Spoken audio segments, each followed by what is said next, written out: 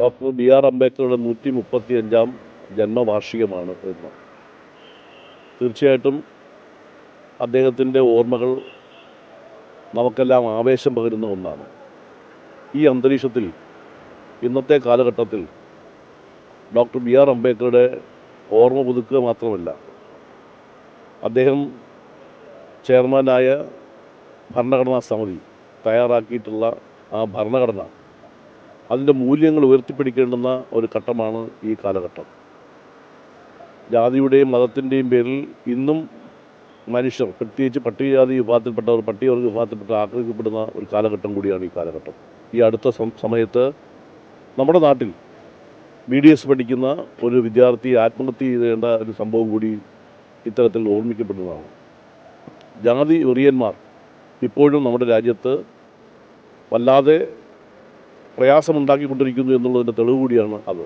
അതുകൊണ്ട് തന്നെ ജാതിക്കും മതത്തിനുമെതിരായി മതനിരപേക്ഷത ഉയർത്തിപ്പിടിക്കാൻ തീർച്ചയായും നമ്മുടെ രാജ്യത്തിൻ്റെ ഭരണഘടന, അതിൻ്റെ മൂല്യങ്ങൾ ഉയർത്തിപ്പിടിക്കേണ്ടുന്ന ഘട്ടത്തിലൂടെയാണ് നാം കടന്നു പോകുന്നത്.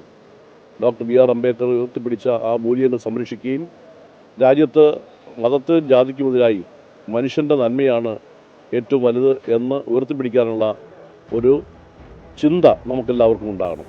മനുഷ്യൻ്റെ നന്മയും സ്നേഹവും ഈ സമൂഹത്തെ എല്ലാ വിഭാഗം മനുഷ്യർക്കും ജീവിക്കാനുള്ള സ്വാതന്ത്ര്യവും ഭരണഘടന ഉറപ്പ് നൽകുന്നുണ്ട്.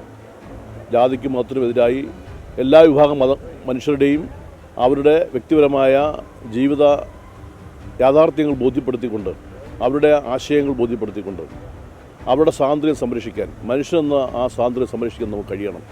എല്ലാ വിഭാഗം മനുഷ്യരും ജീവിക്കുന്ന ഇന്ത്യ, എല്ലാ വിഭാഗം മനുഷ്യരുടെയും മതത്തെ നമുക്ക് ബഹുമാനത്തോടെ കാണാനും അവരുടെ ആചാര അനുഷ്ഠാനങ്ങൾക്ക് കോട്ടം തട്ടാതെ മുന്നോട്ട് പോകാനും കഴിയുന്ന ഒരു അന്തരീക്ഷം നമ്മുടെ രാജ്യത്ത് ഇനിയും സംജാതമാകേണ്ടതായിട്ടുണ്ട്. അത് തീർച്ചയായും ഡോക്ടർ അംബേദ്കറുടെ ആ ഓർമ്മ നമുക്ക് ശക്തി പകരട്ടെ എന്നാണ് എനിക്ക് സൂചിപ്പിക്കാനുള്ളത്. അദ്ദേഹം ഉയർത്തിപ്പിടിച്ച ആശയങ്ങളും മൂല്യങ്ങളും സംരക്ഷിച്ചുകൊണ്ട് ഈ രാജ്യത്ത് മതനിരപേക്ഷത ഉയർത്തിപ്പിടിച്ചുകൊണ്ട് മുന്നോട്ട് പോകാൻ എല്ലാ ജനങ്ങളും ഒത്തൊരുമിച്ച് മുന്നോട്ട് പോകണമെന്ന് ഈ അവസരത്തിൽ ഞാൻ ആഹ്വാനം ചെയ്യുകയാണ്.